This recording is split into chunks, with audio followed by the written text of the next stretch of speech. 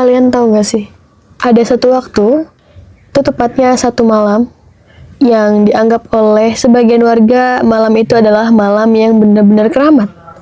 Ya, itu adalah malam satu suro. Dan kalian juga harus tahu, ada sebagian tempat yang dianggap bisa membuka gerbang antara dunia kita dan dunia sebelah atau dunia yang tak kasat mata. So, gue Ara, gue bakalan bawain satu kisah horor yang gak kalah serem dari video gue sebelumnya. Nah, jadi cerita ini lagi-lagi tentang pendakian horor seorang teman yang kita sebut aja namanya Ismail.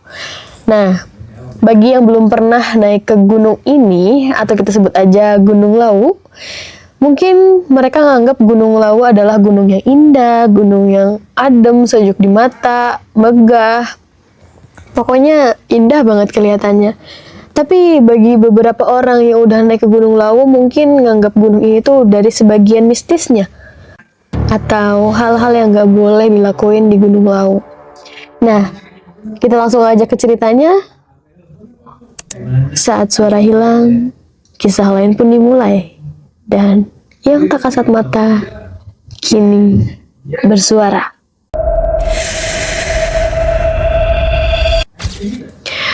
Oke guys, jadi gue bakalan bawain satu cerita yang di sini itu tertulis bahwa malam satu suro di Gunung Lawu. Nah, cerita ini datang dari 5 orang teman lama yang mereka itu punya tradisi naik gunung bareng, tapi anehnya tiap malam satu suro. Gue juga bingung kenapa mereka naik pada malam satu suro. Mungkin awal niatnya buat refreshing, terus ngilangin beban-beban mereka yang ada di dunia mungkin, atau mereka punya urusan pribadi yang lebih secret, I don't know. Nah, jadi cerita ini berawal dari mereka gak ada kegiatan apa-apa dan ingin melakukan kebiasaannya di malam satu suro, yaitu naik ke Gunung Lawu. Nah, mereka ini totalnya berlima, tapi yang kalian harus tahu, naik gunung dalam jumlah ganjil ini kan sesuatu yang gak baik buat perjalanan kalian nanti di gunung.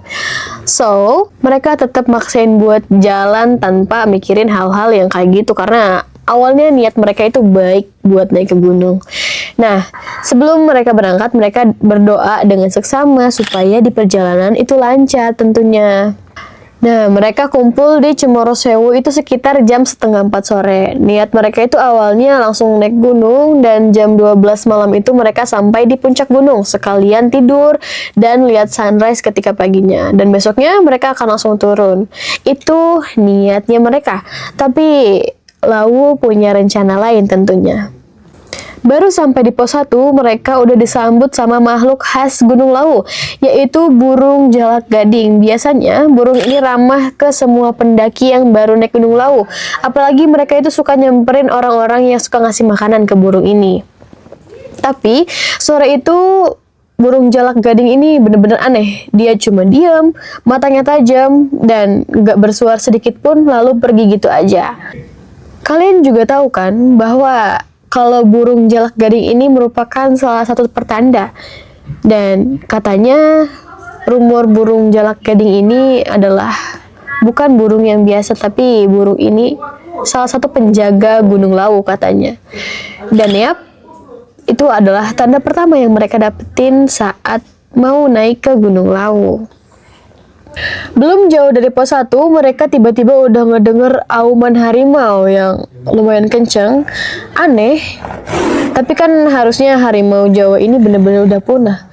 Mereka cuma saling tatap-tatapan satu sama lain dan gak ada yang ngomong. Mereka cuma bilang, misi numpang lewat, karena niat mereka awalnya baik.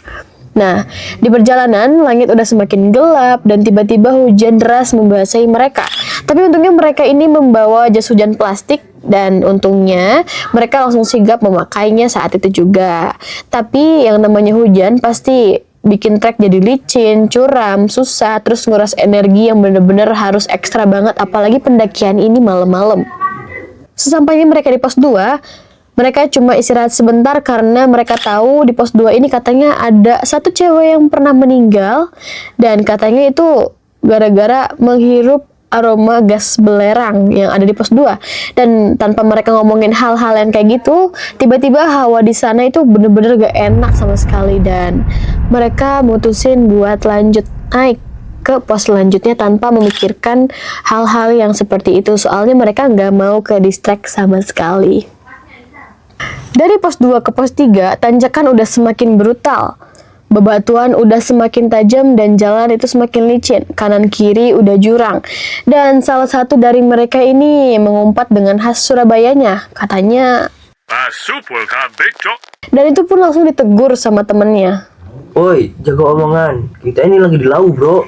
Kalian tahu sendiri kan, beberapa umpatan kecil kayak gitu bisa mengundang hal-hal yang tidak baik buat perjalanan kalian selanjutnya.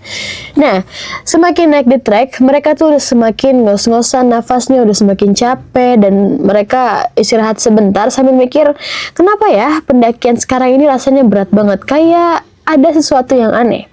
Nah, di sini 3 temennya ini memutuskan buat jalan ke pos 4 duluan karena mungkin mereka mau buru-buru ya, dan mereka ninggalin Ismail sama satu temannya ini. Dan tiba-tiba ketika Ismail neriakin temennya, malah ada suara yang aneh. Itu suara perempuan, tapi anehnya ini 2 perempuan. Yang satunya itu kayak perempuan udah dewasa, tapi yang satunya ini kayak perempuan yang masih kecil, kisaran umur 5 tahun. Dan ya lo bayangin aja, udah jalannya licin, terjal, dan tiba-tiba lo denger suara kayak gitu. Kalau gue sih mending langsung turun aja. Mereka tetap melanjutkan perjalanan setelah mendengar suara seperti itu, dan mereka pikir mungkin itu adalah gangguan kecil. Tapi di perjalanan mereka, treknya udah semakin bener-bener nanjak, udah semakin bener-bener licin, semakin tajam bebatuannya, kanan kirinya jurang. Dan ketika mereka sampai di sebuah ladang yang lumayan luas, mereka malah tiba-tiba mendengar suara yang sama seperti tadi. Tapi itu dari arah jurang. Ketika mereka ngedengar suara itu, dan tiba-tiba temannya ini nyeletuk pelan, katanya, Tahu aja, gak peduli gue. ya, well, itu adalah salah satu perlawanan dari rasa takut, walaupun emang gak deg-deg gitu ngomongnya. Akhirnya mereka sampai juga di pos 4, tapi anehnya ketiga teman yang mereka duluan ini gak ditemuin sama sekali. Mereka panik, tapi awalnya mereka mikir si 3 temennya ini lanjut ke pos 5, dan mereka tanpa pikir panjang, mereka juga langsung lanjut ke pos 5. Tapi ada perasaan yang mengganjal, itu kayak diikuti sesuatu. Sesampainya di pos 5 yang biasanya rame sama pendaki, tapi kali ini mereka cuma nemuin 3 tenda yang berdiri. Dan lagi-lagi mereka nggak nemuin ketiga temennya yang jalan duluan ini. Mereka bener-bener situ udah panik setengah mati. Mereka cari kesana kesini, mereka cobain hubungi lewat HP, tapi ya lo tahu sendiri, di gunung ini bener-bener nggak ada yang namanya sinyal. Akhirnya mereka pasrah, dan mereka ujung-ujungnya mendirikan tenda di pos 5 itu. Berharap cemas semoga ketiga temannya ini datang dalam keadaan yang sehat. Malam semakin larut, dan Ismail ini belum tidur sama sekali karena ia gelisah bahwa temannya ini yang ketiga belum pulang sama sekali. Akhirnya Ismail inisiatif untuk melirik keluar tenda. Ketika Ismail melirik keluar tenda, Ismail kaget. Dia melihat sesosok 2 perempuan, yang satunya perempuannya agak dewasa dan yang satunya kecil, yang kayak tadi gue bilang, kisaran umur 5 tahun. Ismail kaget setengah mati, dan dia ngebangunin temennya yang masih tidur. Tapi pas mereka berdua ngecek keluar tenda lagi, itu benar-benar sosoknya hilang tanpa jejak sedikit pun. Jam 1 lewat, masih ada sisa-sisa gerimis. Mereka udah menyiapkan mental buat skenario terburuk selanjutnya. Tapi bersyukur, ketiga temannya ini datang dengan keadaan yang tidak baik sama sekali. Basah kuyup, wajahnya panik pucat, dan mereka di situ langsung berpelukan satu sama lain. Dan lo harus tahu, ternyata mereka hilang itu disesatkan oleh seorang kakek-kakek. Katanya sih mereka ketemu sama kakek-kakek di pos 4, dan kakek-kakek itu duduk sendirian, lalu ngasih arahan dari pos 4 buat jalan ke pos 5. Tapi ketika mereka bertiga ini ngikutin arahan kakek-kakek itu, mereka bertiga ini malah sampai di sebuah ladang yang luas dekat goa, dan lo tahu itu adalah tempat yang dikenal sebagai pasar setannya Gunung Lawu. Gue nggak habis pikir kenapa mereka bisa nyasar sampai di situ.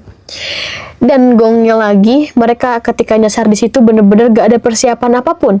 Senter yang mereka bawa pun mati tiba-tiba. Dan untungnya sih masih ada HP yang bisa dipakai. Dan HP ini salah satu penyelamat hidupnya mereka. Dan mereka terselamatkan berkat bantuan bapak-bapak yang katanya bapak-bapak ini adalah bapak-bapak yang dari pos 5 mau turun ke pos 4. Katanya si bapak ini bertemu dengan salah satu sorot senter HP yang dari arah bukan seharusnya ditempati oleh manusia. Jadi si bapak-bapak itu berusaha neriakin orang yang ada di balik senter itu. Dan untungnya ketiga teman yang nyasar ini nyadar bahwa mereka itu lagi tersesat. Begitulah ceritanya ketika mereka hampir nyasar di Gunung Lawu, di pasarnya Gunung Lawu. Keesokan harinya, di pagi hari mereka prepare mau turun dari Gunung Lawu, dan mereka di situ bongkar-bongkaran cerita satu sama lain. Dan ternyata kejadian mereka itu terjadi secara bersamaan. Yang dua ini digangguin sama sosok makhluk cewek, dan yang tiga ini disasarin ke tempat yang bukan-bukan sama si kakek itu. Dan yang lebih nyeremin lagi, kita nggak pernah tahu kakek itu siapa, muncul dari mana, dan kenapa kakek itu bisa ngarahin kita ke tempat yang bukan-bukan. Apakah kakek itu mau nembalin kita? I don't know, dan I don't care. Bercanda-bercanda. Yang lo harus tahu, kadang di gunung itu lo bukan cuma nginjak yang namanya tanah, tapi lo juga datang ke tempat yang bersejarah, tempat jiwa-jiwa lama, dan tempat berkumpulnya energi yang gak bisa lo lihat, tapi bisa lo rasain. Gunung Lawu bukan sekedar tempat pendakian biasa, tapi Gunung Lawu itu tempat yang lo harus hormati juga, karena pada dasarnya di mana lo dipijak, di situ langit dijunjung. Oke guys, mungkin cukup sekian cerita horor hari ini. Iya, FYI, mereka berlima ini sampai di rumah dengan selamat dan gak ada kejadian kelanjutan dari Gunung Lawu ini. Oke, gue Ara, mungkin cerita hari ini gue cukupkan dulu ya. See you next time guys, bye!